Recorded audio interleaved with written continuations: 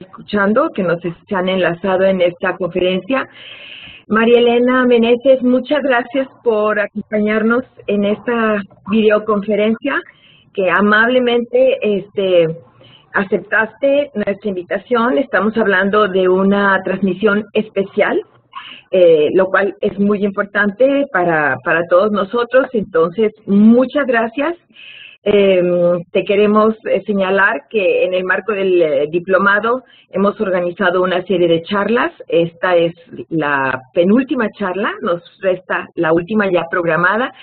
Y bien, creo que el tema que tú nos has sugerido y el título que has puesto a tu conferencia toca un punto central que ha estado presente a lo largo del curso, desde que lo iniciamos, la inquietud que tienen los periodistas sobre el futuro del periodismo, tal y como lo hemos conocido desde sus orígenes, y los retos que enfrenta ante las nuevas tecnologías, las redes sociales y el cambio en la percepción de las audiencias. De tal modo que tu charla, Periodismo en el siglo XXI, hacia un nuevo pacto de lealtad con los lectores y las audiencias, nos va a ofrecer una visión desde tu expertise, porque tú eres una gran experta y así lo hemos comunicado a los periodistas, una experta en estos temas, nos va a ofrecer una rica reflexión sobre qué está pasando y hacia dónde camina el periodismo.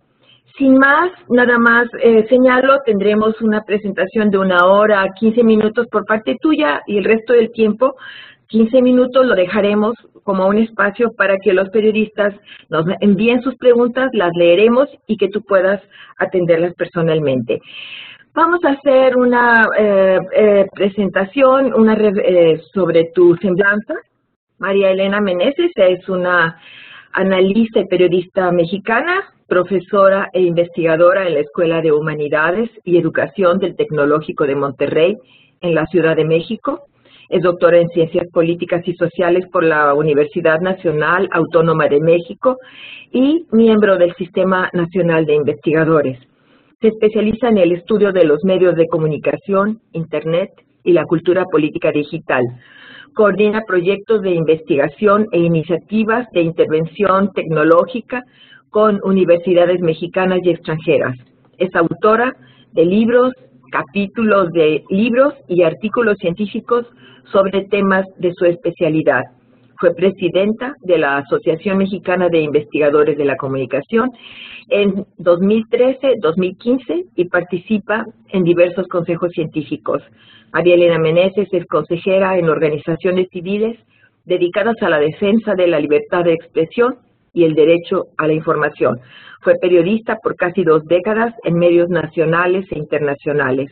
Actualmente es colaboradora de diversas publicaciones como Foreign Affairs, Letras Libres y Aristegui Noticias. María Elena, muchas gracias y bienvenida. Lucrecia, muchísimas gracias por esta generosa presentación. Para mí verdaderamente es un honor el estar esta mañana en este diplomado, departiendo con periodistas, compartiendo con ellos algunas reflexiones que siempre hago con una gran humildad. ¿Por qué?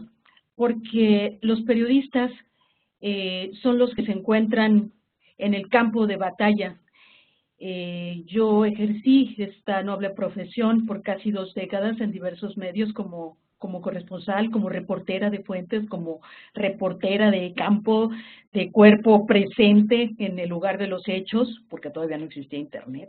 Soy muy joven, pero no tanto, ¿verdad?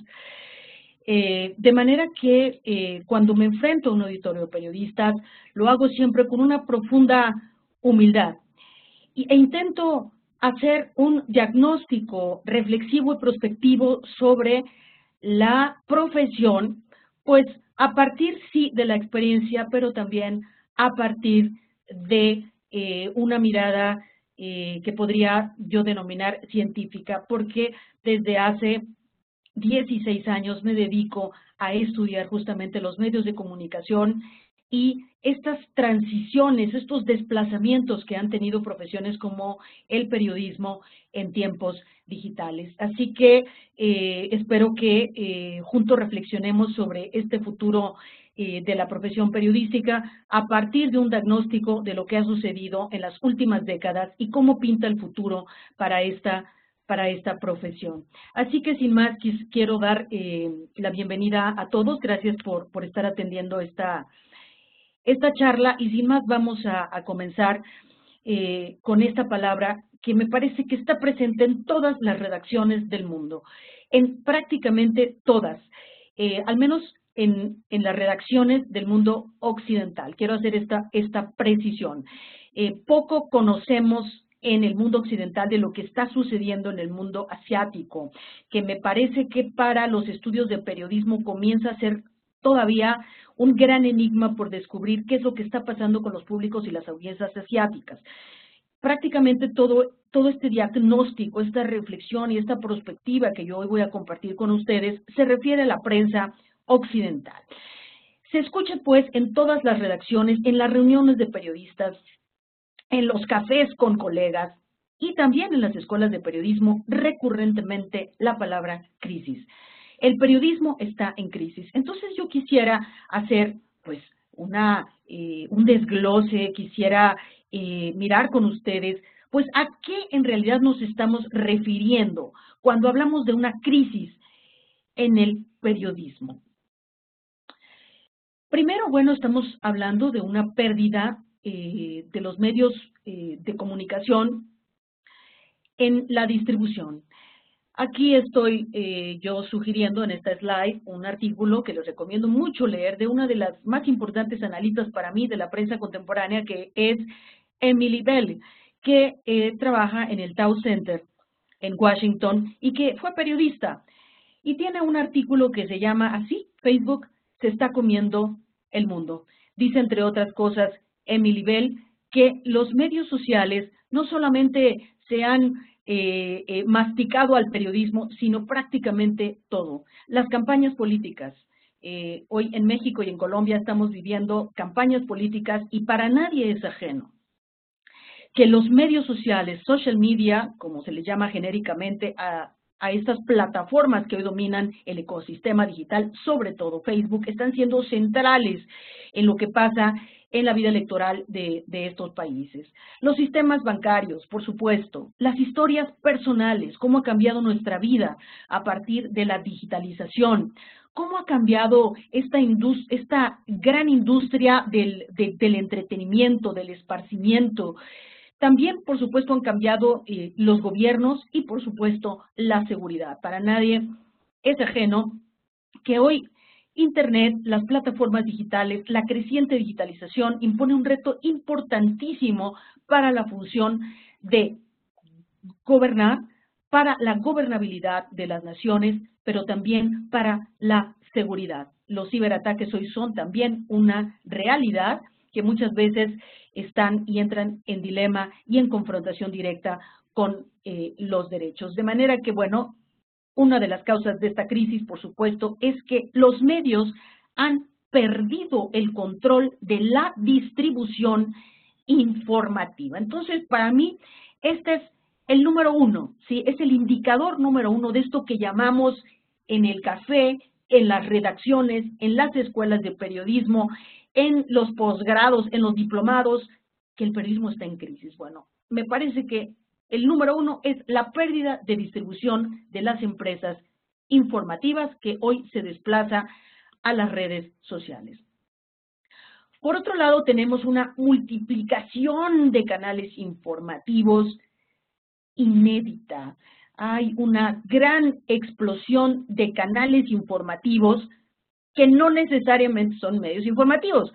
Les voy a contar que hace unos 4 años fui jueza del premio Gabriel García Márquez en Cartagena de Indias con la Fundación Nuevo Periodismo Iberoamericano en el rubro Innovación Multimedia. Fue este año en el que el proyecto Rosa de Colombia y Chequeado de Argentina, este fact-checker argentino, ganaron el primero y segundo lugar. Cuando nosotros, el jurado, compuesto por 2 periodistas, uno español y uno argentino, y su servidora académica, justificamos por qué habíamos ponderado así, por qué habíamos decidido que eran los ganadores, chequeado, y el proyecto Rosa. Nos preguntó el coordinador, el director de la Fundación, Jaime Abello, bueno, yo nada más quiero hacerles una observación, por supuesto que lo que dice el jurado es inapelable, pero ya se dieron cuenta que no son medios de información como los conocemos, los que ustedes están premiando, y así es. El proyecto Rosa estaba realizado por ONGs y por la Silla Vacía de Colombia, y chequeado era un proyecto de experiodistas de La Nación. Era un proyecto prácticamente libre, como en México hoy tenemos proyectos tipo Animal Político, El Sabueso, Verificado, etcétera. En el sentido estricto no era la prensa instituida del siglo XX. Hay una gran entonces multiplicación de canales informativos que hoy compiten con el periodismo profesional. Entonces, este es un segundo indicador de la crisis por la que está atravesando el periodismo. Y esto tiene que ver con la deslealtad de los lectores, que sería una tercera causa. Yo dialogo mucho con mis amigos periodistas, con mis colegas académicos, y esta es una de las cuestiones que más preocupa y que también les preocupa a ustedes en el día a día. Bueno, ¿y mi historia va a ser leída? ¿Qué va a decir mi editor si no genero tráfico, si no genero share, si no genero likes, engagement, como le llaman hoy a esta mezcla de indicadores que nos dan las redes sociales? Porque los lectores, nuestras audiencias, tienen tal cantidad de información, hay una sobreoferta informativa, que por supuesto hay deslealtad. Pasamos de un medio a otro en solo instantes, a base de clic. Entonces, este es para mí un tercer indicador de la crisis en el periodismo. Sí, tengo por ahí una colega periodista, además es una gran amiga que suele decir una palabra que a mí no me gusta, pero yo creo que ejemplifica muy bien este fenómeno. ¿Qué hacemos los que trabajamos hoy en el periodismo? Me dice mi colega, que también es profesora de periodismo, con la promiscuidad de los lectores y las audiencias, que no podemos dejarlos en nuestro reportaje, en nuestra nota, más allá de 30 segundos, porque inmediatamente están yéndose a otro lado.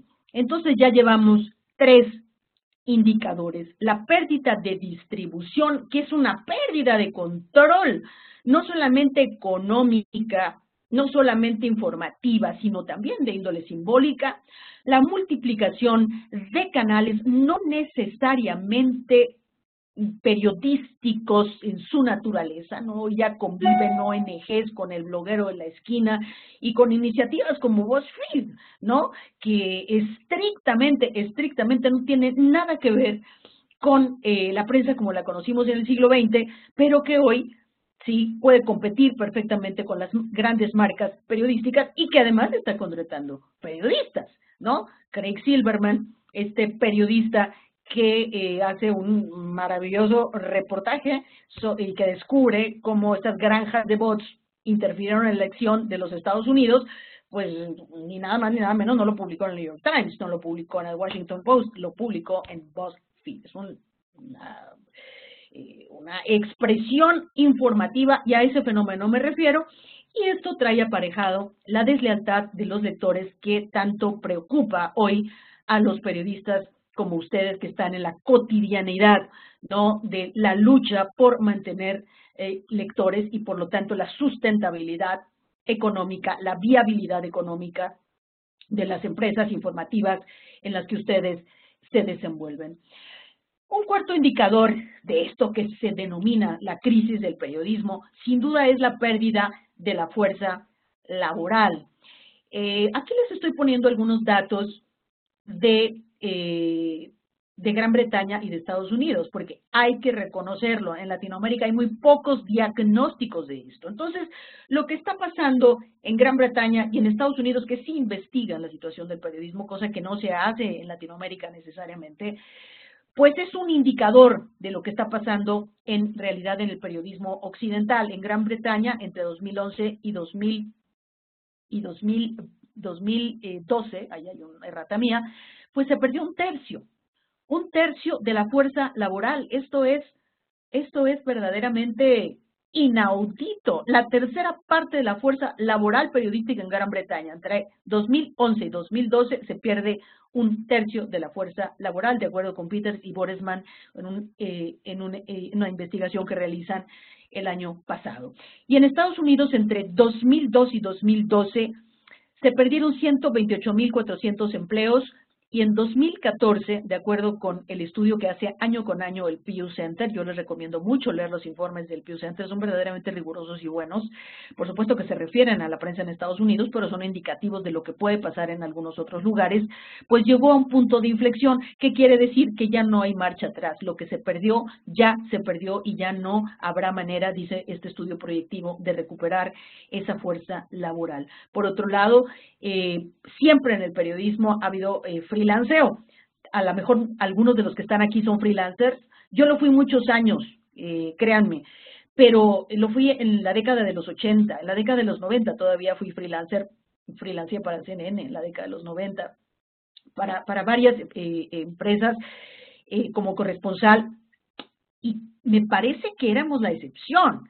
En aquel momento, tú eres freelancer, no, pues yo trabajo en tal empresa informativa, pero ahora es una condición casi sine qua non de los periodistas, y esto es francamente preocupante, porque finalmente estamos asistiendo a una precarización de la profesión periodística. Entonces, para mí, este es un cuarto indicador de lo que denominamos crisis en el periodismo. Ya llevamos 4. El número 5, el indicador número 5, esto que llamamos crisis en el periodismo, pues tiene que ver con la explosión, diría yo, ya en este siglo, en el siglo XXI, de las redes sociales y las plataformas digitales, que como dice Emily Bell, pues prácticamente se están comiendo al mundo y se están comiendo a profesiones liberales de la modernidad como el periodismo, que se está desplazando hacia otros territorios, ¿sí? No los voy a deprimir aquí, porque a mí me parece que es una oportunidad formidable lo que está pasando hoy en una profesión que tiene más de un siglo de existir. Tampoco, el periodismo por supuesto está ligado a la modernidad. El periodismo existe desde hace varios siglos, pero como profesión existe desde principios del siglo XX, pues desde que se convierte en una disciplina industrial. Entonces, pues, de las crisis a veces sale lo mejor, y al menos esa es mi postura, y lo iré justificando a lo largo de mi charla.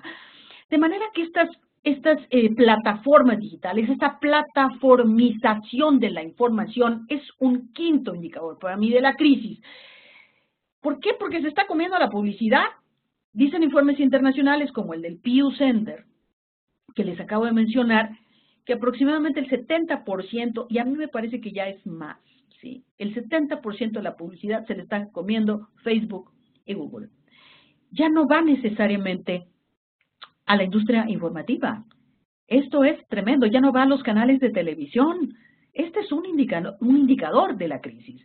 Además, pues Facebook tiene 2.000 millones de usuarios en el mundo, que si fuera un país sería el tercero en población después de China e India.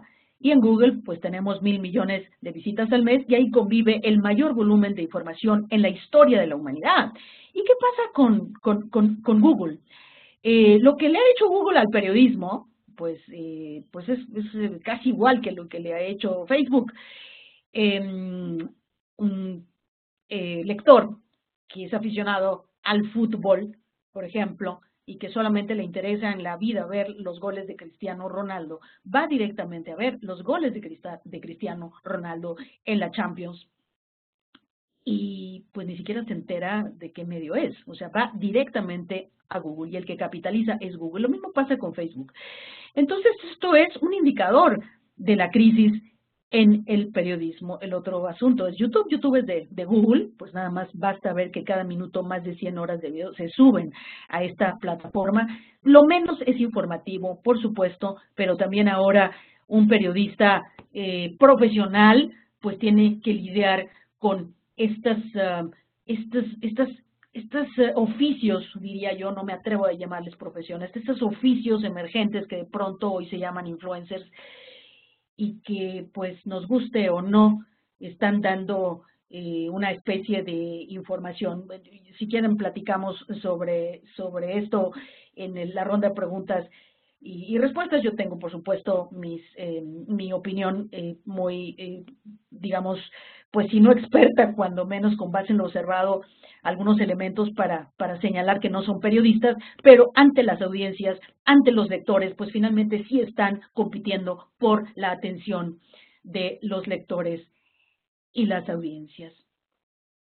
El sexto indicador de lo que denominamos la crisis del periodismo, pues es el que todos participamos en el ciclo de producción informativa. Esto para mí es una de las cuestiones más importantes en lo que denominamos crisis del periodismo, porque el periodista ya no es en 2 décadas para acá aproximadamente el único agente socialmente validado para informar, como lo fue en el siglo XX. Ahora lo es el bloguero, también lo es el influencer, porque el lector y la audiencia no necesariamente distingue, ¿sí? Y esto está siendo un grave problema para el periodismo, pero créanme que también está siendo un enorme problema para la democracia, porque el periodismo es un agente central para la vida democrática y el que se esté perdiendo justamente este faro, yo comparo al periodismo, hagamos esta metáfora, con un faro y los barcos, ¿sí? El periodismo es eso, el periodismo tiene que decir qué es, qué no, cuáles sus consecuencias, como dice el profesor Javier Darío Restrepo, y cuando se pierde, cuando se erosiona, cuando hay una multiplicidad de agentes en las redes sociodigitales opinando, informando, pues se pierde ese faro y entonces estamos asistiendo a una situación muy peligrosa para la democracia. Entonces, todos participamos en la confección de mensajes informativos, todos opinamos en las redes sociodigitales, pues es también uno de los síntomas, me parece, más agudos, más profundos, más difíciles de aprender para la industria informativa hoy en el mundo occidental. ¿Qué vamos a hacer? O sea, ¿qué va a hacer el periodista? ¿Qué va a hacer la empresa periodística ante esta hiperinformación y sobre todo esta dispersión de agentes informativos que está causando una crisis de identidad muy profunda en esta disciplina liberal de la modernidad que es el periodismo? Llevamos 6 indicadores. Y como si fuera poco, las elecciones de los Estados Unidos profundizan esta crisis, ¿sí?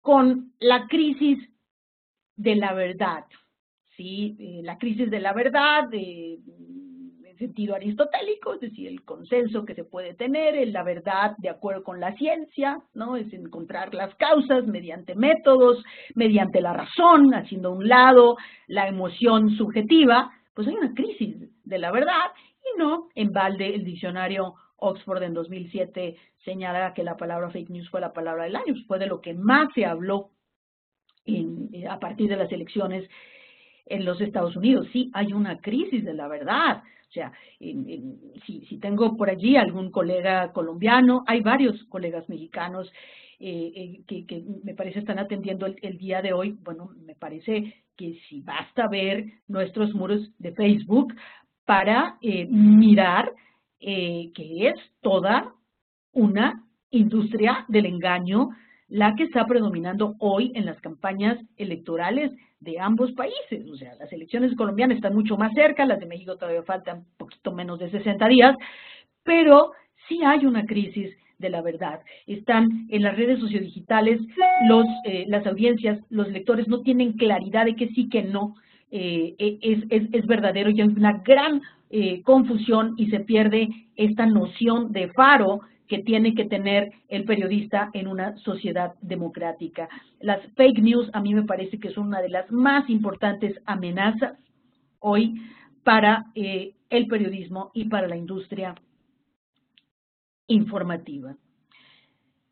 Pero tampoco es como para rasgarnos las vestiduras. El fenómeno de las fake news, suelo decir, me voy a referir a este fenómeno, es un fenómeno muy actual, de las noticias falsas. A mí no me gusta tanto el término, pues no es tan nuevo, yo suelo decirlo, no es tan nuevo, porque tiene mucho que ver con la propaganda.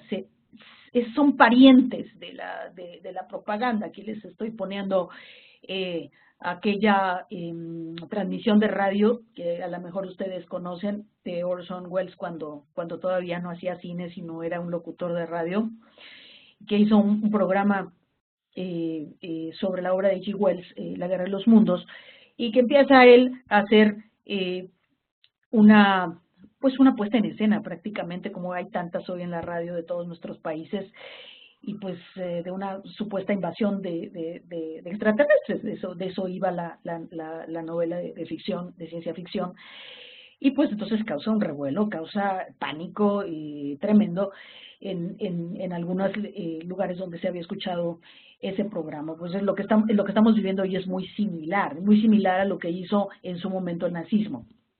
Estamos viendo prácticamente una forma contemporánea de propaganda. Yo a las fake news no las llamaría así. Bueno, lo que yo diga, pues claro, no es importante, es más importante lo que diga el diccionario Oxford, pero para mí es una especie de propaganda 3.0, esto de las fake news. Pero sí hay algo de inédito y tiene mucho que ver con el tema que nos ocupa esta mañana. Pues sí no es un fenómeno nuevo, de la mentira, de la manipulación de la verdad, de confrontar las verdades a las que se dedica el periodismo a perseguir, ¿no? A perseguir las causas, a perseguir de un fenómeno determinado, un fenómeno político, un fenómeno social, etcétera. Hay algo de inédito, y lo inédito es la materialidad.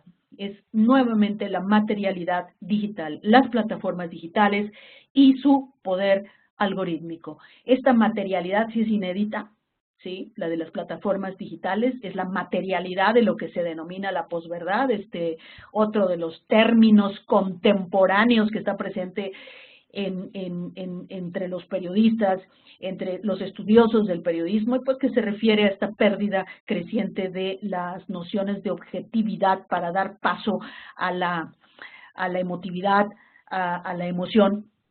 Y pues miren, basta ver que esto es un problema muy preocupante.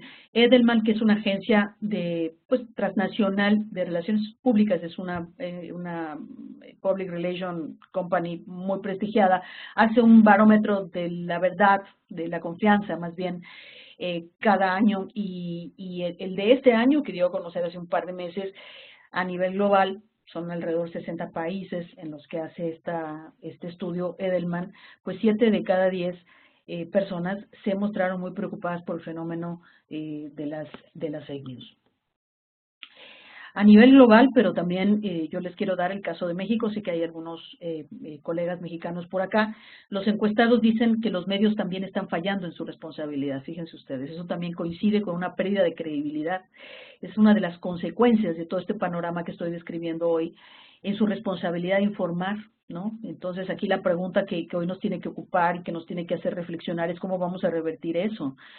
Tenemos una explosión de eso que denominamos fake news, pero al mismo tiempo hay una sensación, hay una percepción, esto es lo que dan a conocer las encuestas, pues de que los medios están renunciando a su responsabilidad de informar. Ustedes son los que están el día a día, ustedes nos dirán si esto es así o en realidad ese es el panorama, un panorama de percepciones más que nada desligados de una realidad. Esto lo saben mejor ustedes que yo, y ya lo estaremos comentando. De acuerdo también con este barómetro Trust de Edelman, para 88% del público en general, pues los medios y los periodistas pues piensa que las plataformas son medios. O sea, vamos, no hay una distinción entre voy a poner entre La Nación Argentina y lo que ven en Facebook, entre El Tiempo de Colombia y lo que el lector colombiano de pronto ve en su red social, el periódico La Jornada en México, El Universal, y entre lo que se está viendo en las plataformas digitales, en Twitter, hay una confusión entre el público. Esto es un gran problema. ¿Cómo le vamos a hacer para que los públicos pues distingan qué sí y qué no? ¿Qué periodista sí está trabajando con un método riguroso para conseguir una verdad objetiva, para conseguir un reportaje apegado a criterios? Los periodistas trabajan con métodos específicos, el influencer no. El influencer nada más opina. En las redes sociodigitales eso es lo que hay. No hay investigación periodística. ¿Cómo se le va a hacer para esto? ¿Cómo distinguimos entre medios generadores de contenidos y entre medios de amplificación, como son las redes sociales? Y también este informe señala que no sabemos distinguir entre hechos reales y fake news o rumores. Aunque no se crea, así es. Muchos de nosotros estamos hoy conscientes de que hay veces que hay hasta periodistas compartiendo fake news. Yo los he visto, nada más que no digo nombres porque no voy a balconear a mis colegas periodistas de mi generación que he visto en las redes sociodigitales compartir noticias de sitios falsos porque no lo saben distinguir. Entonces, pues, ¿cuáles son esos principios básicos que debe conocer el público para discernir entre información verdadera y falsa? Aquí tenemos un gran problema también. La gente, los lectores y las audiencias ya tienen este gran problema y miren nada más estas cifras que nos da Edelman para el caso mexicano, que puede ser trasladado a otras realidades de países latinoamericanos. En México el 80% cree que las fake news tienen algo de influencia. Esto es tremendo. Esto es una pésima noticia para el periodismo. Que el 80% de los mexicanos, que es una encuesta representativa, sí es representativa, o sea, sí tiene criterios demoscópicos, estadísticos, 80% creen que tienen influencia las noticias falsas. Y pues ustedes preguntarán, bueno, ¿y si las tienen? Pues yo tengo mis reservas, si quieren también eso lo dejamos para para la discusión. Pero al menos los lectores y las audiencias creen que sí influyen. Y esto es un serio problema para el periodismo. Les cuesta mucho trabajo distinguir, les decía yo, y esto también es un grave problema para los periodistas, ¿sí? Porque ustedes están compitiendo también con las fake news. Es un actor que de pronto surge para tener en cuenta en las diferentes redacciones porque los públicos no identifican. Fíjense ustedes que más del 70% de los mexicanos no las distinguen. Y me parece que esto pasa igual. Hace mes y medio estuve en Colombia, en un foro que organiza la Embajada de México y la Fundación Caro y Cuervo, hablando justamente de esto. Y en Colombia las cosas son casi igual, ¿sí? Las personas no distinguen. Hace unas par de semanas estuve frente a un grupo de chicos de una preparatoria pública muy grande en México, que es la de la UNAM, el CCH. Es una escuela preparatoria muy grande, era un auditorio en el que había aproximadamente unos 200, 300 jóvenes. Y los que estábamos en el panel les preguntamos, a ver, por favor digan, alce la mano, ¿quién de aquí puede distinguir una noticia falsa de una verdadera? Y eran chicos entre 17, 19 años, pues ahora solo alzaron la mano 3. Es tremendo esto. Esto es una muy mala noticia para el periodismo. Por supuesto que sí. Y bueno, pues es muy importante que para atajar el problema de las fake news, pues sepamos qué son las fake news, ¿no? ¿Se sabe? No se sabe. O sea, si no las sabemos distinguir, a mí me parece que es justamente porque no tenemos un criterio para definirlas. Estos criterios, pues por supuesto, yo los elaboro a partir de lo que dice la literatura especializada. Es aquella construida con formatos y estilo periodístico con el propósito deliberado de engañar o confundir, ¿sí? Sus creadores son anónimos. Este es un gran problema para el periodismo, es un gran problema para los lectores. Creadores anónimos. Nosotros, bueno, a veces digo nosotros porque todavía pienso que soy periodista, ya soy más académica que periodista desde hace muchos años y entonces a veces hablo de nosotros, pero lo hago con mucho respeto. Esto es un grave problema para los periodistas. Los periodistas son personas, ustedes, son personas que son profesionales que están sometidos al escrutinio público. Ustedes firman, ¿sí? Ustedes firman. Juan Rodríguez, Juana Hernández, vamos, están sometidos al escrutinio público de sus lectores, dan la cara. Los creadores de los contenidos falsos, no con eso. También hay algunos criterios técnicos, como por ejemplo la manipulación de los URLs, que es clásica, ¿no? Copian, manipulan nombres de la empresa informativa, pero le agregan una letrita, le agregan un simbolito, y entonces el público lo confunde. El público, por supuesto, no necesariamente estoy hablando de nosotros, estoy hablando de los lectores y las audiencias en general, e incluso hasta se hacen logotipos muy similar a los que utiliza la industria informativa para confundir. Y bueno, utilizan el ecosistema digital, ¿no? Que como yo les decía hace un momento, es la materialidad de estas noticias falsas, y es una materialidad que está resultando muy amenazante desde hace un par de décadas para el periodismo profesional, y también, pues, los usuarios en general, por supuesto, hablo en general, pues las creemos. Bueno, yo creo que yo no, ni ustedes, ni Lucrecia, ni sus profesores del diplomado, pero los lectores y las audiencias en general las creen como verdaderas. Hay, por supuesto, de todo en esto de las noticias falsas.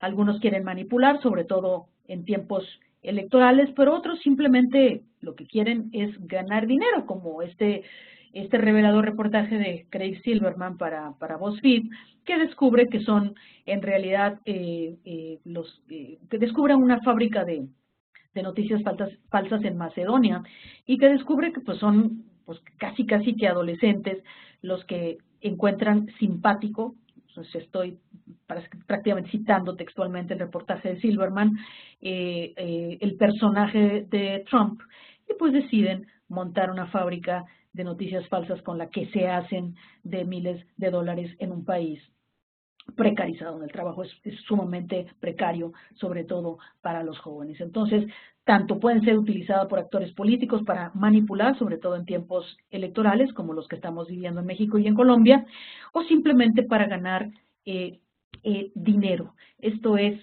también un fenómeno que pega al periodismo. Esta es una tipología de notas falsas que les puede resultar fácil de identificación para ustedes, pero al mismo tiempo muy útil, y la estoy tomando de los Nieman Labs, un sitio que muchos de ustedes probablemente conozcan, y si no lo hacen, me parece que es uno de los sitios que ustedes tienen que tener consigo siempre, porque da a conocer las innovaciones periodísticas de mayor avanzada en el mundo. Se encuentran en la Universidad de Harvard, y en conjunto con el Media Lab del MIT, pues hacen una tipología muy útil. Una, dicen ellos, que son las notas con titulares que no corresponden al contenido de las notas. 2, cuando un contenido genuino es compartido con un falso contexto. Híjole. 3, cuando una noticia genuina es manipulada, puede ser incluso en forma de meme, porque además hay una explosión de formatos distintos. 4, aquellas que omiten información clave sobre un acontecimiento o persona. 5, cuando las fuentes genuinas son suplantadas, y 6, cuando las notas son fabricadas con el propósito deliberado de engañar. Bueno, en este escenario de confusión, en realidad es un escenario de confusión, pues, ¿qué certezas tenemos? Hace poquito, por aquí tengo el artículo de la revista Science, fue publicado apenas en marzo de 2018. Es un artículo de la prestigiada revista Science. Señala que 126,000 historias, estudia 126,000 historias tuiteadas por 3 millones de personas entre 2006 y 2017, 4.45 millones de veces. Y con un estudio muy sofisticado, basado en estadística, ingeniería inversa, concluyen que a la verdad le toma 6 veces más tiempo llegar a la gente que la falsedad. Esto es también una mala noticia para el periodismo, y también esta es una de los indicadores que nosotros podríamos identificar como parte de lo que estoy describiendo de la manera más minuciosa que puedo como la crisis del periodismo, ¿no? a la verdad le toma 6 veces más tiempo llegar a la gente que la falsedad. Y cuando estoy hablando de la verdad, estamos hablando de las noticias verificadas, las noticias que ustedes hacen mediante un método científico, ¿no? Que es el método que finalmente siguen los periodistas. A veces cuando estamos en la brega no sabemos que estamos siguiendo el método científico, pero el periodista lo hace. El periodista tiene una hipótesis, indaga, comprueba, valida, ofrece evidencias. No nos damos cuenta en realidad que nuestro trabajo tiene mucho de científico, ¿no? Algunos dicen, no, es que el periodismo es un oficio. Yo respeto mucho al profesor, al maestro, al gran Gabo.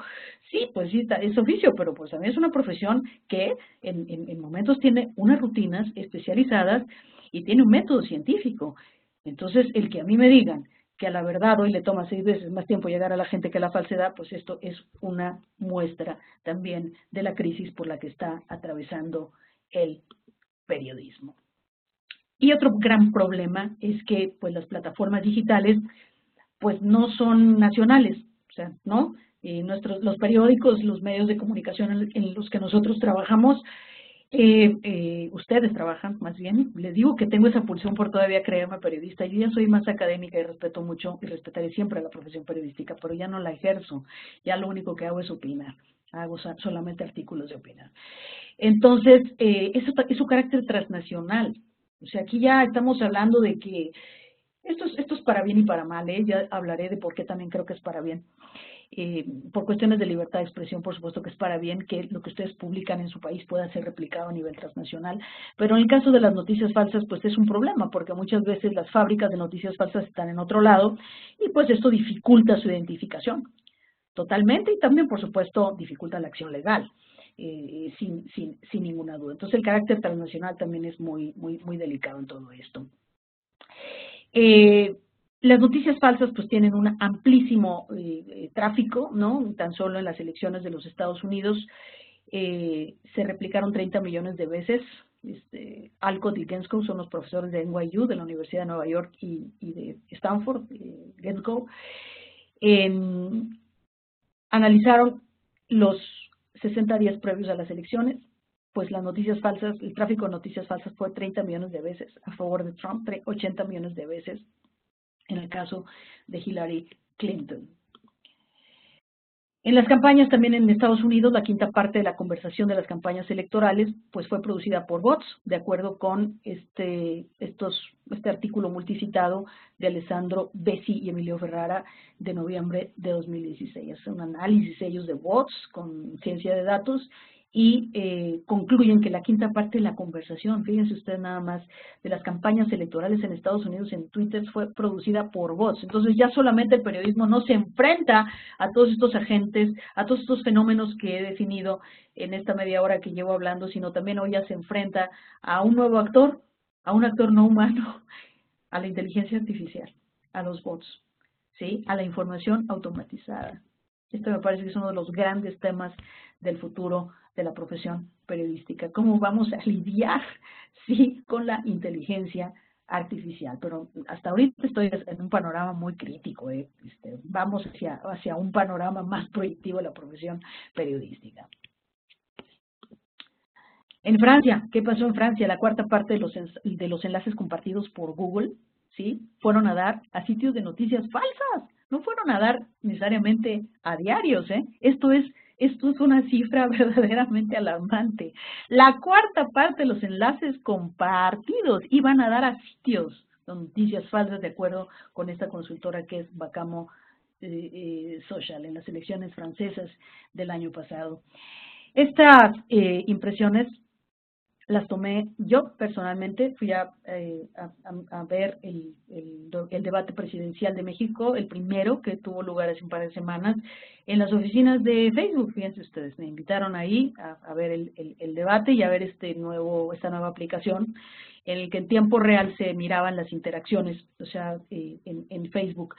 70,000 interacciones por minuto se observaron en el debate presidencial mexicano, en el primero, en Facebook, es decir, las interacciones están dándose allá, la gente ya no está necesariamente viendo un debate presidencial, fíjense, no lo está siguiendo necesariamente en la radio, no lo está siguiendo necesariamente en la televisión.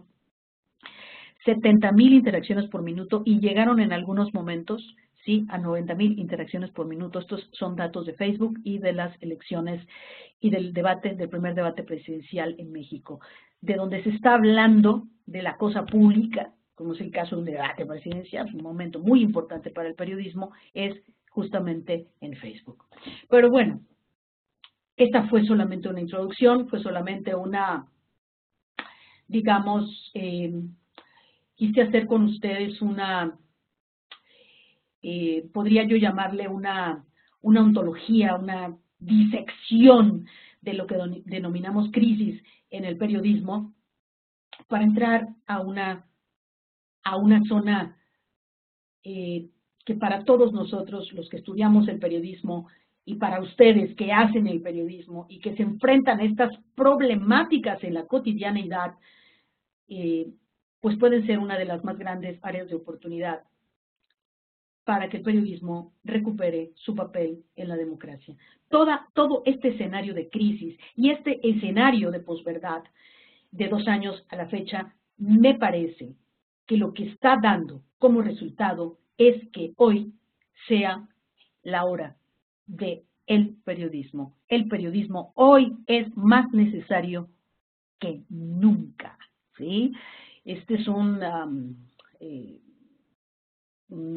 informe, tomo estas nociones de un informe de la Agencia de Naciones Unidas para los Derechos Humanos, de los relatores de Naciones Unidas para la Libertad de Expresión, quienes ante el fenómeno de las noticias falsas reiteran que los ciudadanos tienen derecho a recibir información plural, diversa y verdadera, y que lo único que están causando hoy que la información se consuma y se esparza, se comparta en las redes sociodigitales, lo único que está generando son cámaras de eco. Las cámaras de eco se refieren a un fenómeno en el que yo solamente hablo y permito hablar con gente similar a mí, a los demás les pongo un delito, los bloqueo. Muchos de nosotros ya hemos optado en algunas ocasiones, yo las menos, la verdad, pero a veces me dan ganas de bloquear a medio muro de Facebook y probablemente a ustedes les pasa lo mismo. Y esto, pues, me parece a mí que lejos de estar siendo una amenaza, ¿sí? Pues es una área de oportunidad. Se abre una ventana enorme de posibilidades para el periodismo para recuperar el papel que tienen las democracias, de crear una opinión pública auténtica, informada, basada en rutinas periodísticas, basada en métodos especializados para servir a sus públicos. Me parece que hoy es el momento del periodismo. Manos a la obra, pues. Entonces, pero ustedes dicen, pues qué fácil es decir que es el momento del periodismo. Pues, ¿qué vamos a hacer? ¿Qué vamos a hacer ante este fenómeno? Bueno, pues ya hay algunas señales, ya la investigación, los centros especializados que estudian el periodismo ya nos señalan qué es lo que se puede hacer, ¿sí? ¿Qué es lo que se está haciendo? ¿Qué es lo que se puede hacer? Pero también qué es lo que ya se está haciendo. Y a mí me parece que se está haciendo mucho. Y esto nos da mucha luz. O sea, esto nos está...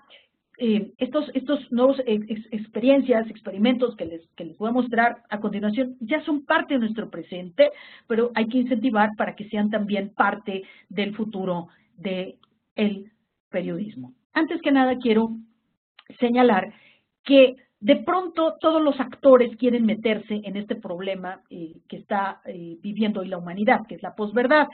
Y me parece que ninguno de los que voy a mencionar a continuación son precisamente convenientes.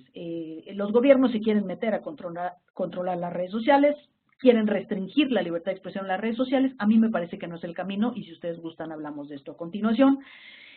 Las empresas, por supuesto, después del fenómeno y del caso tan tremendo de Cambridge Analytica y Facebook, del robo de los perfiles de Facebook, pues lo que está pasando con estas industrias es que pues de pronto se están convirtiendo también en sensores, ¿no?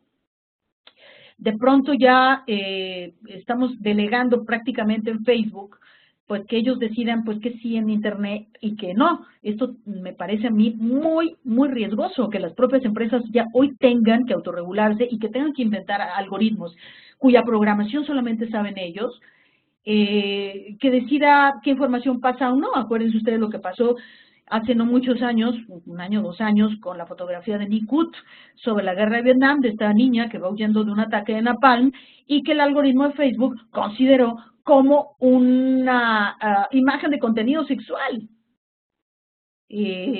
Vamos, esto nos dice, nos exhibe, pues que todavía falta mucho para perfeccionar algoritmos y que no podemos dejar la información en manos del poder automatizado, que además ni nos pertenece. Pertenece a las empresas que guardan celosamente cómo funcionan sus algoritmos, ¿no?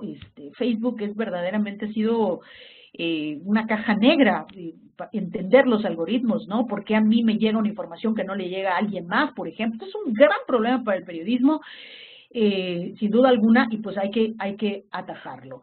Esta es una fotografía que nos ilustra. Para mí esto es una buena noticia para el periodismo. Ustedes identificarán esta imagen, ¿no? Es la imagen de la comparecencia de Mark Zuckerberg hace unas 3 semanas ante el Senado de los Estados Unidos. Para mí marca esto, pues por supuesto, un antes y después en la historia de las redes sociales, pero también marca el inicio de lo que puede ser una nueva etapa para el periodismo. Esta es una de las lecturas que yo le doy a esta fotografía. Es la prensa. Vean ustedes, esta fotografía tiene una carga simbólica impresionante. Véanla bien. Son los medios de información los que le están pidiendo una rendición de cuentas a Mark Zuckerberg, una fotografía, una enorme carga simbólica. Tú, verdugo de los medios en los últimos tiempos, ahora vas a rendir cuentas, ¿no?, de lo que está pasando con los datos, de lo que está pasando con tus algoritmos. Es una carga simbólica y para mí representa, sí, también lo que puede ser el momentum del periodismo, de recuperar lo perdido ante el avasallamiento de las redes sociodigitales. Este panorama que he descrito, ¿es solo un asunto de gobiernos? No. ¿Es solo un asunto de empresas? No. ¿Es un asunto solamente de la tecnociencia? Tampoco, ¿no? Muchos dicen, no, el futuro pues son los algoritmos, el roboperiodismo. No, hay que verlo todavía pero no es por ahí. Es el momento del periodismo y de sus valores, o sea, de los grandes valores del periodismo. Eso no cambia. Recuperar en estos momentos de crisis los valores fundamentales de la profesión periodística, que es el conocimiento de la verdad objetiva, de la verdad de acuerdo con el racionalismo científico y de acuerdo con las teorías de la democracia. ¿Sí? Hay proyectos fabulosos que me parece hoy que son las mejores noticias que puede tener hoy el periodismo. Una de las cosas que a mí más alegría me causó fue el proyecto Crosscheck en las elecciones francesas, cuando pues los medios de información en Francia, como Le Monde, dicen, a ver, momento, a ver, aquí Facebook no me vas a venir a manchar las elecciones en Francia, y entonces asume su papel. Y entonces es justamente un medio de comunicación como Le Monde el que lleva la vanguardia y dice, vamos a establecer un proyecto que se llama Crosscheck, que es un proyecto de verificación, porque hoy el periodismo se tiene que convertir en una disciplina de verificación en un escenario de hiperinformación. Y lo hace en colaboración con las empresas tecnológicas, ¿verdad? También tuvo que intervenir, por supuesto, aquí el gobierno francés y la Unión Europea, porque la Unión Europea sí se le ha puesto firme a las empresas tecnológicas, cosa que no se ha hecho en Latinoamérica. En México, por ejemplo, en lugar de ponérsele firme a Facebook, decir, oye, colabora con nosotros identificando las fuentes de noticias falsas, pues nuestra autoridad electoral, en el caso mexicano, firma un convenio para que Facebook les dé cursos a los funcionarios electorales. O sea, pues la verdad yo sé que muchos de ustedes estarán riendo, yo también me reí mucho, me reí mucho y al mismo tiempo me indigné. O sea, en Francia les dijeron, aquí te sientas y aquí colaboras con nosotros, ¿verdad? Con tus algoritmos, promoviendo que se consuma información verificada por los medios, por los periodistas franceses, antes que por tus algoritmos reproduciendo esta bola de basura falsa que va a manchar las elecciones francesas. ¿El proyecto Crosscheck pudo abatir las noticias falsas? Por supuesto que no, pero sí pudo revalorar el papel de la prensa tan relevante en las sociedades democráticas. Entonces, me parece que esta es una de las mejores noticias para el periodismo contemporáneo. Y bueno, pues no logró abatir las noticias falsas, pero por lo menos empezó a crear conciencia. ¿Y quién lo hizo? Un medio de comunicación. Le Monde fue central. En el caso de México, un medio de comunicación, bueno, fueron un par los que toman, son 60 medios los que están reunidos, pero en realidad quienes están dando la cara, quienes llevan el liderazgo son dos iniciativas periodísticas, Al Jazeera y Animal Político, tomando esta experiencia, ¿no?, de los fact-checkers, de los verificadores del discurso americanos como PolitiFact, el proyecto Crosscheck francés, pues implementan verificado 2018 en las elecciones mexicanas, que es justamente lo mismo, ¿no? A ver, tú, lector, dime qué quieres que te verifique, y yo, periodista, te lo voy a verificar. Esto es una de las grandes oportunidades del periodismo de aquí en adelante, ¿sí? La verificación del discurso, el convertirse en una disciplina de verificación. Entonces, me parece que esto es parte de nuestro presente y nuestro futuro. ¿Han atacado mucho a Verificado 2018? Claro que sí, pero pues han aguantado vara los que están en este proyecto. Y en el primer mes, ellos empezaron en abril, y yo hice un seguimiento solamente de un mes. Estuvieron publicando en un mes 124 posts, 4 aproximadamente diario, con voluntarios. Yo incluso tengo alumnos que están colaborando que se capacitaron, que están colaborando con Verificado, para justamente contribuir con la salud de la vida pública, que es la contribución que puede hacer el periodismo, que es una disciplina, sí, que es la que se encarga, sí, de preservar esta integridad de la vida pública, la salud de la vida pública, porque lo que en sentido prescriptivo, es decir, deber ser, es su misión, pues es justamente esa, ¿no? Es la integridad y la salud de la vida pública, porque es una disciplina que trabaja por el interés público, es decir, por el interés de la mayoría. Entonces, a mí me parece este trabajo estupendo, digno de reconocerse, que me parece a mí renueva, ¿sí? Y por eso el título que le he puesto en la charla el día de hoy, el pacto de lealtad que se perdió con los lectores de audiencias.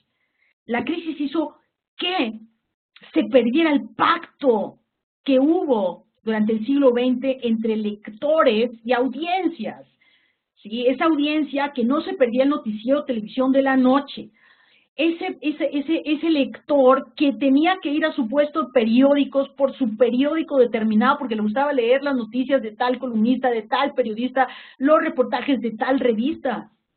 Eso se perdió en las últimas 2 décadas. A mí me parece que ahora, por supuesto, que con nuevas iniciativas como esta, es la gran oportunidad para renovar ese pacto de lealtad con los lectores y con las audiencias.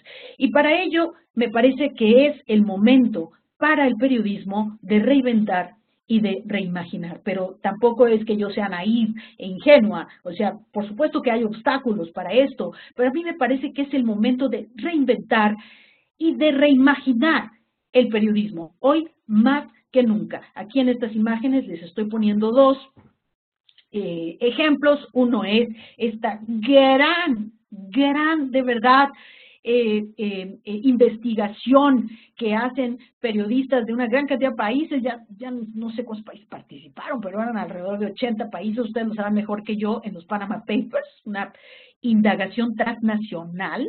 Así ahora se tienen que hacer las grandes investigaciones, nada más ni nada menos, ¿no? De manera transnacional y colaborativa. Yo creo que los Panama Papers, que descubren un problema complejo, cada vez los problemas de esta sociedad son más complejos, el narcotráfico, el crimen organizado, las noticias falsas transnacionales, la corrupción del sistema bancario internacional, como es la develación tan relevante de los Panama Papers, ¿no? Es un gran ejemplo, ¿no? Es una reinvención del periodismo, es una forma diferente de imaginar la profesión periodística en el siglo XXI.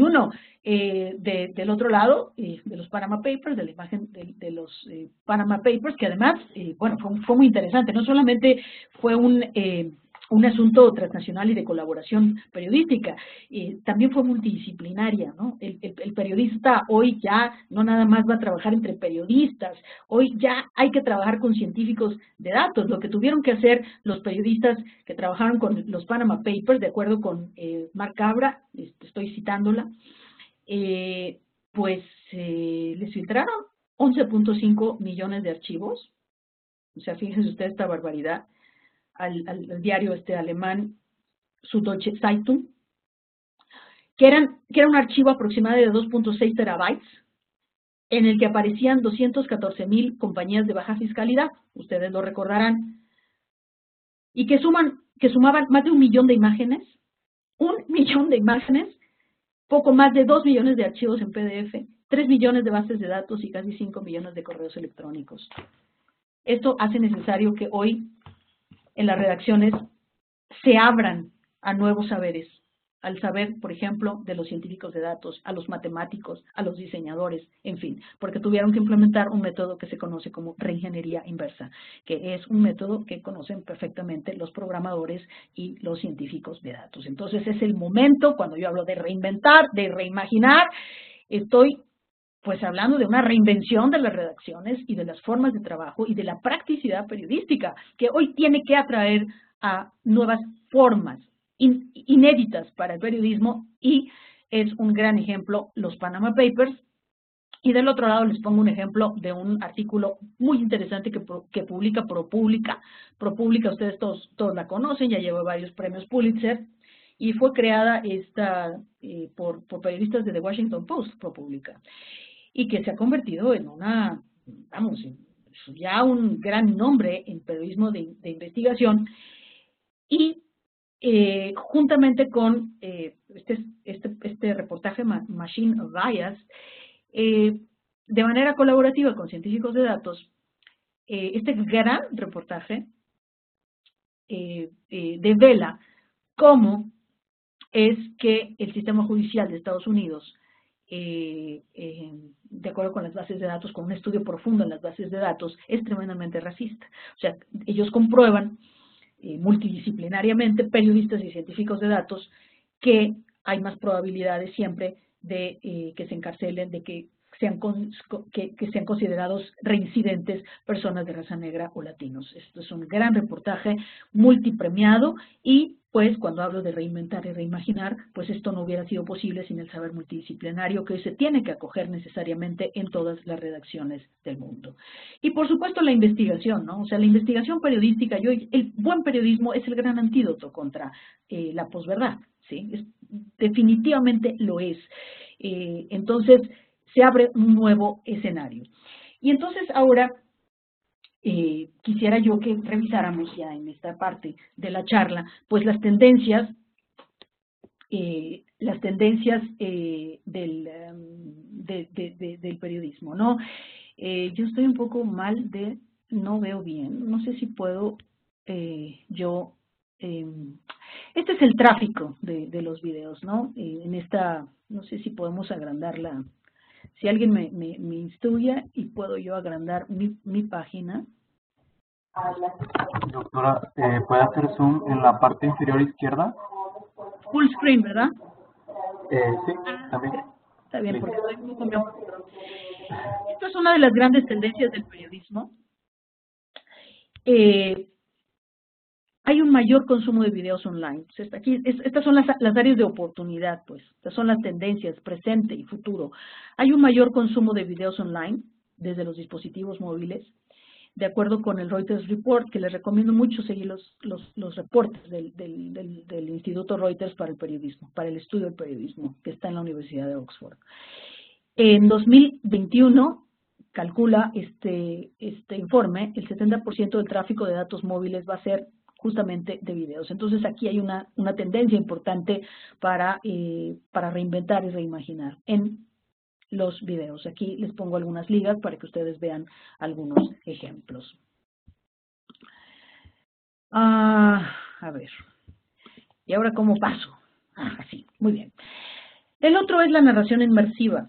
O sea, por supuesto que todos los cambios, las tendencias tienen que ver con tecnología, algunas, bueno, la mayoría tienen que ver con tecnología. La narración inmersiva es otra de las grandes tendencias del periodismo, las vistas 360, por ejemplo. Aquí les pongo algunas ligas para que ustedes puedan ver algunos ejemplos, las transmisiones en vivo con HD a través de múltiples ángulos, ¿sí? El llamado video vertical, la realidad virtual, Sí, y por supuesto esto está imponiendo mucha presión a los canales de noticias las 24 horas, pero se abre por supuesto, una ventana de oportunidad para las redacciones de todo el mundo. Esto es inevitable, ¿no? Totalmente inevitable, pero también es una buena noticia porque hay una gran necesidad ya de estos portales que de pronto tuvieron un crecimiento exponencial como BuzzFeed, pues de atraer pues periodistas, pues porque no todo es gatitos, ni las Kardashian. También se necesita de un periodismo mucho más comprometido con la vida pública. Y entonces se están haciendo ya algunas fusiones. En México, BuzzFeed ha contratado ya periodistas de investigación, justamente, y bueno, esto ya es una tendencia, y de esta forma pues se abren nuevas formas de empleabilidad para los periodistas. Esto no es una noticia tan mala, hay una migración de periodistas a nuevos medios. Aquí les pongo, pues por supuesto, algunos casos sajones, Guardian, el Washington Post, pero en México también lo estamos viendo. Rafael Cabrera, que trabajaba con Aristegui Noticias, pues de pronto se fue a BuzzFeed y pues BuzzFeed ya está queriendo contratar más periodistas. En el caso de México, me parece que esa va a ser una tendencia, nuevas formas, una migración de periodistas pues a medios nuevos, a medios emergentes. Eso es una tendencia. La otra es la movilidad. ¿Sí? Hoy hay una necesidad, pues llámenla construida o no construida, fabricada o no fabricada, por estar informados todo el tiempo. Entonces, si el 80% de la población mundial tendrá para 2021 un acceso a un smartphone, a un teléfono celular, pues me parece que en términos de movilidad, de periodismo en continuum, es decir, un periodismo todo el tiempo y de manera interrumpida, pues es una área de oportunidad. Los dispositivos se van a ir perfeccionando, y sobre todo la tendencia en el mundo es que bajen de precio, ¿no? Ustedes dirán, ¿hay una gran brecha digital? Sí, hay una gran brecha digital, y sobre todo en nuestros países, en algunos más que otros, en Latinoamérica, pero al mismo tiempo va a ir bajando el costo de la telefonía celular y de los propios dispositivos móviles. Otra de las tendencias del periodismo son los podcasts. Quienes daban por muerta la radio, pues hay una buena noticia.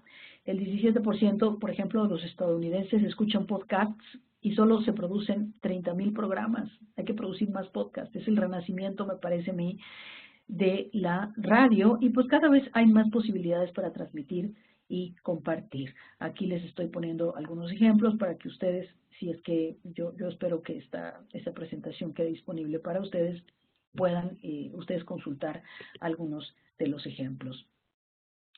Otra de las grandes tendencias, presente y tendencia en la industria del periodismo o para el periodismo, pues es la generación de contenidos propios para las redes.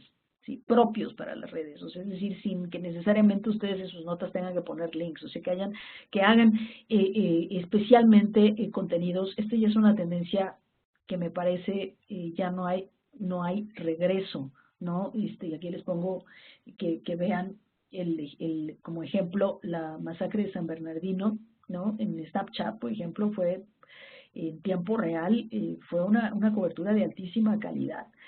Que no le pide nada a una cobertura televisiva, ¿no? Y por supuesto el envío de noticias por aplicaciones como WhatsApp, Telegram, bueno, Telegram que hoy algunos países autoritarios están queriendo echar para abajo, WeChat, etcétera. Otra de las tendencias del periodismo, pues es esta, ¿no? La asociación de compañías mediáticas para mejorar la distribución y la calidad de la información. Por ejemplo, el Huffington Post se ha asociado con proveedores locales en cada país para mejorar la distribución y la calidad periodística.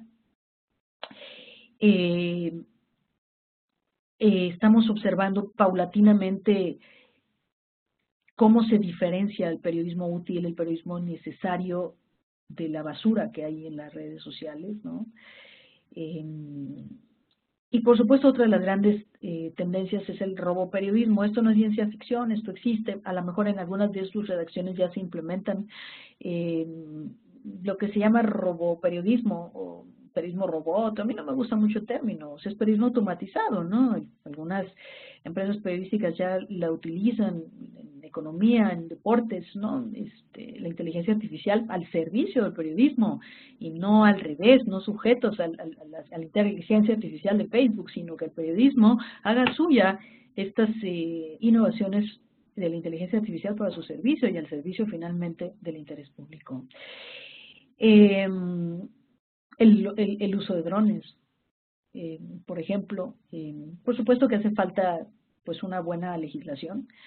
Por ejemplo, los periodistas de Estados Unidos la tienen muy difícil porque hay una muy dura legislación para la utilización de drones, pero sin embargo, bueno, este es un tema del presente y el futuro que abre enormes posibilidades para la cobertura, imagínense ustedes, de disturbios, ¿no? Lo relevante que es la utilización de drones, entonces es una tendencia interesante. Pero pues por supuesto que también hay problemas, digo, todo suena muy bonito, hacer siempre prospectiva, esto suena muy sencillo, pero hacer una buena prospectiva es también hablar de los obstáculos que se van a enfrentar. Y el gran problema sigue siendo este. Este es el gran problema hoy, el gran obstáculo es cómo monetizar hoy, ¿no? O sea, cómo hacer sustentable, cómo hacer sostenible mi medio de comunicación y también cómo emprender. Me parece que el periodismo emprendedor, el emprendimiento periodístico, es uno de los grandes temas del presente y del futuro, pero que se va a enfrentar, por supuesto, a el problema de la capitalización, es decir, cómo voy a ser sostenible, porque yo creo que todos ustedes son creativos, no hay un periodista que no sea creativo, es parte inherente a la profesión periodística la creatividad. Ideas yo creo que sobran, pero el gran problema es cómo le voy a hacer para emprender, con qué apoyos, y aquí es donde entra la necesidad de recuperar esta lealtad con la sociedad por parte del periodismo para que las universidades sean incubadoras de proyectos periodísticos. Esto yo no lo veo en los países latinoamericanos. Si en algún país ustedes, la universidad les está dando la mano a la industria periodística, pues hagan, dígamelo. Vamos, o sea, yo celebro mucho que el TEC de Monterrey tenga este diplomado, por ejemplo, pero sería interesantísimo que sirvieran como spin-offs de emprendimientos periodísticos. Esto se hace mucho en Estados Unidos, se hace en Europa. En América Latina no conozco este vínculo entre la academia, entre las universidades y los emprendimientos periodísticos. Me parece la academia el lugar natural para que se empiecen a probar nuevos emprendimientos periodísticos y con esto nuevas formas de financiamiento.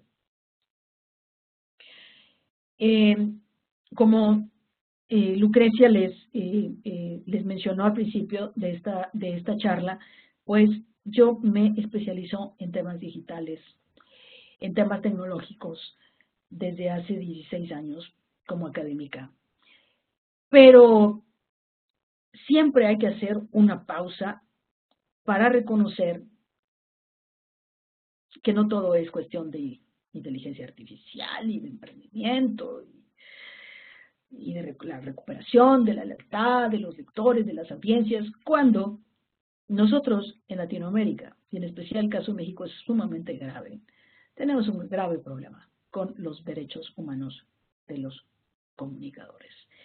Esta para mí es uno de los grandes obstáculos y es la inseguridad, las amenazas a la libertad de expresión, que son fenómenos de alta complejidad y que no están en manos de los periodistas resolver únicamente. Se necesita una presión social y se necesita gobernantes, autoridades dispuestas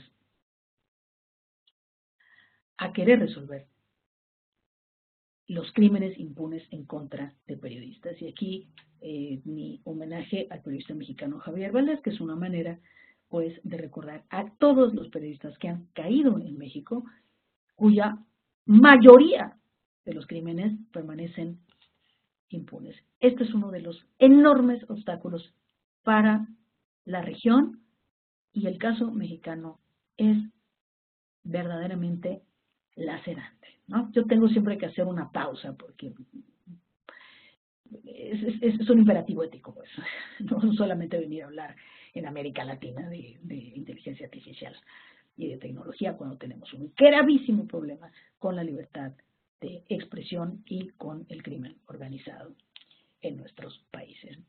De manera que, para cerrar, de acuerdo con la literatura especializada hasta ahora, en la agenda para renovar el pacto con los lectores y las audiencias, pues está el explorar las narrativas transmedia, está explorar modelos de negocio informativo, está explorar, entender las lógicas del marketing digital para poder hacer sustentables nuestros emprendimientos periodísticos.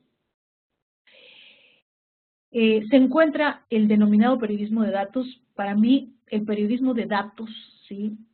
Con pequeños datos, es decir, con cantidades pequeñas de datos o con Big Data, que son los grandes volúmenes de datos, pues pueden ayudar a renovar el periodismo de investigación y a renovar este pacto, ¿no? Y para ello se necesitan capacitación, ¿sí? Capacitación en datos. Ya un periodista que hoy no sabe estadística, que no sabe manejar una base de datos, difícilmente va a tener un futuro en la industria.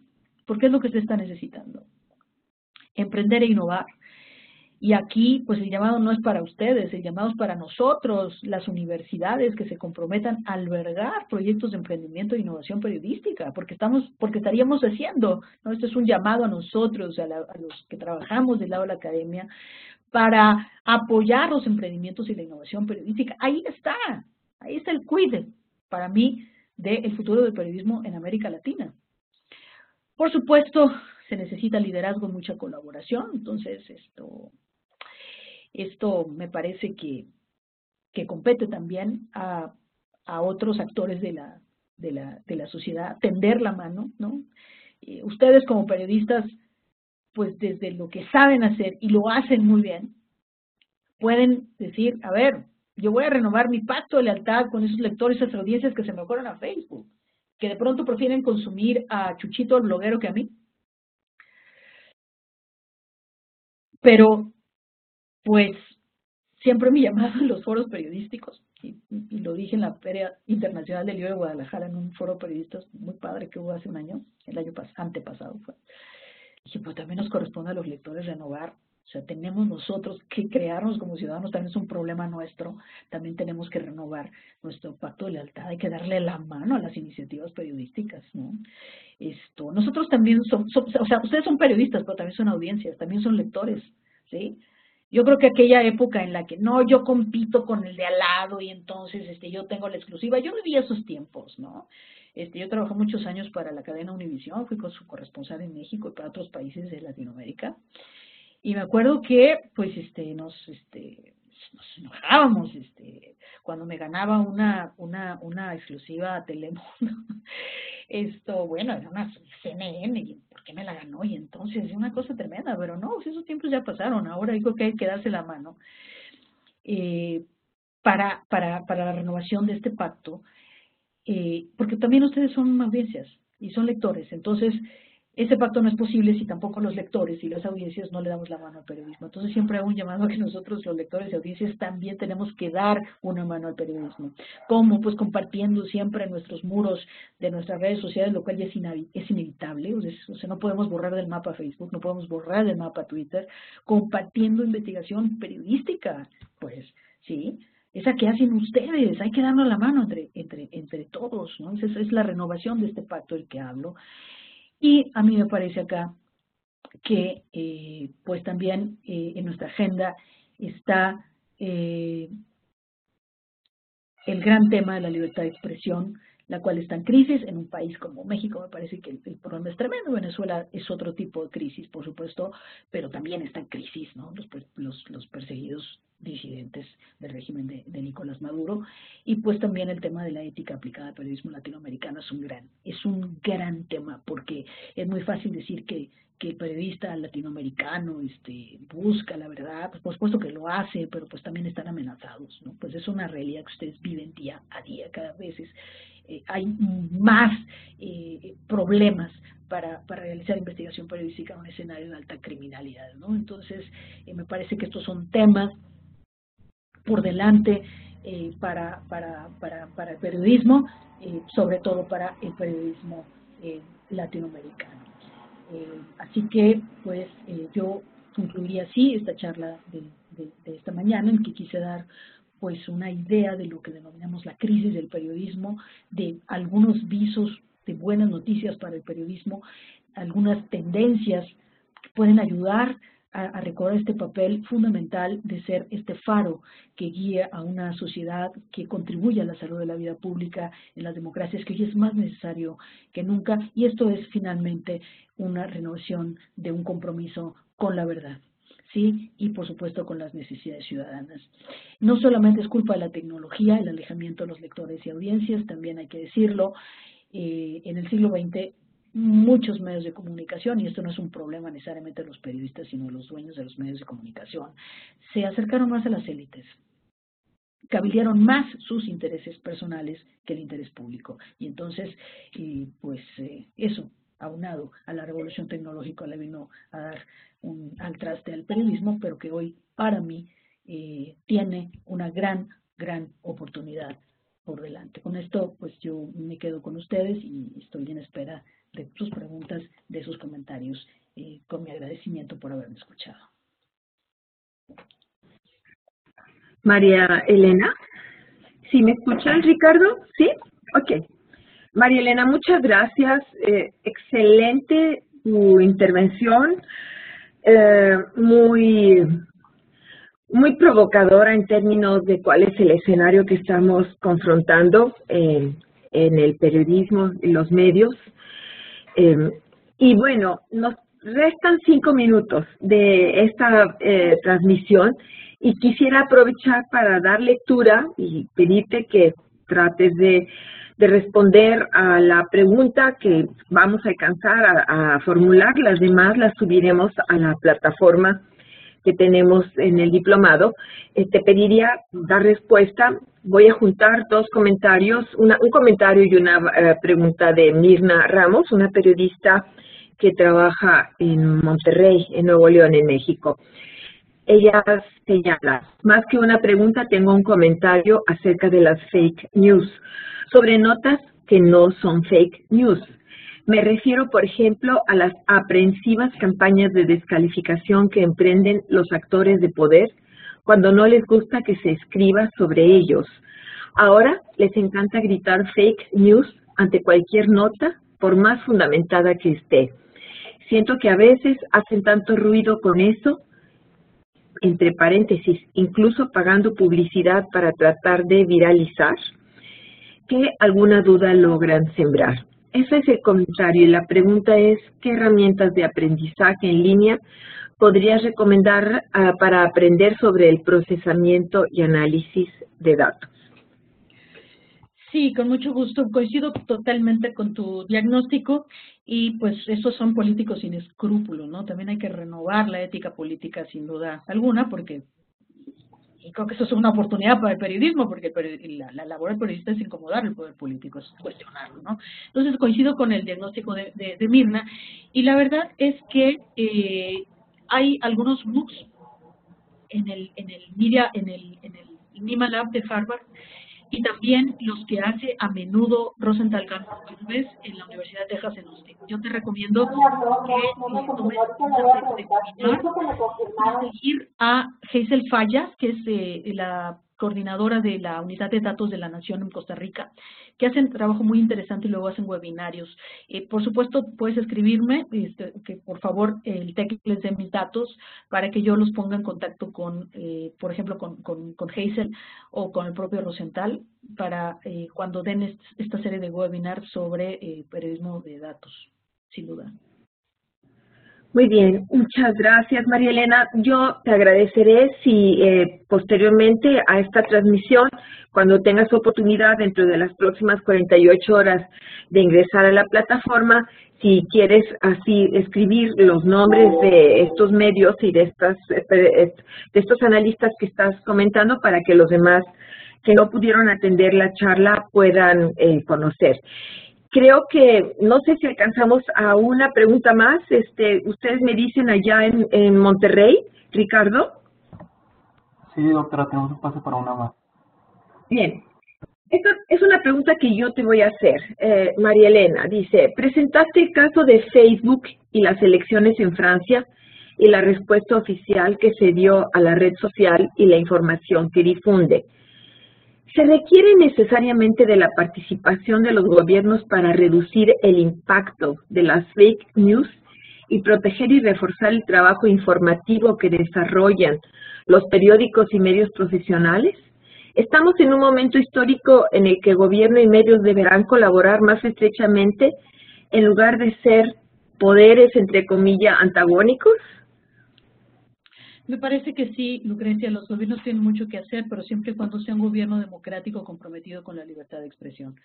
Y a mí me parece que el caso de Francia es muy interesante, ¿sí? Porque se protege el interés público. Por ejemplo, hay estudios que demuestran que en Francia, por la cultura política francesa, se compartían menos las noticias falsas que en los Estados Unidos. Esto habla mucho de los contextos culturales de las sociedades. A mí me parece que sí. Yo sé que algunos colegas latinoamericanos dirán, ¿cómo dice María Elena que los gobiernos tienen que intervenir? Sí, aquellos gobiernos que tengan vocación democrática y respeto a la libertad de expresión. En nuestros países, pues no es precisamente lo que abunda, pero sí me parece que son un actor fundamental para promover que se respete la libertad de expresión. O sea, hay que renovar los pactos en todos los actores políticos para evitar justamente un escenario de confusión informativa que a nadie beneficia, a nadie beneficia, solamente el autoritarismo. Muy bien. María Elena, mil gracias por tu interesantísima presentación. Nos tenemos que despedir, estamos ya sobre la hora. Te agradecemos esta intervención, agradecemos a todos los periodistas que tuvieron la oportunidad de conectarse. Tenemos más preguntas, las vamos a subir a la plataforma para que tú puedas tener conocimiento y los demás también sobre ellas. Les avisamos que en el transcurso de esta tarde, al finalizar la tarde, vamos a subir esta videoconferencia en nuestro foro de colaboración para que todos puedan, los que no tuvieron la oportunidad de escucharla, puedan verla, puedan consultarla y puedan hacerle preguntas a María Elena Meneses. Muchas gracias a todos, nos despedimos y hasta la próxima. Hasta luego, gracias.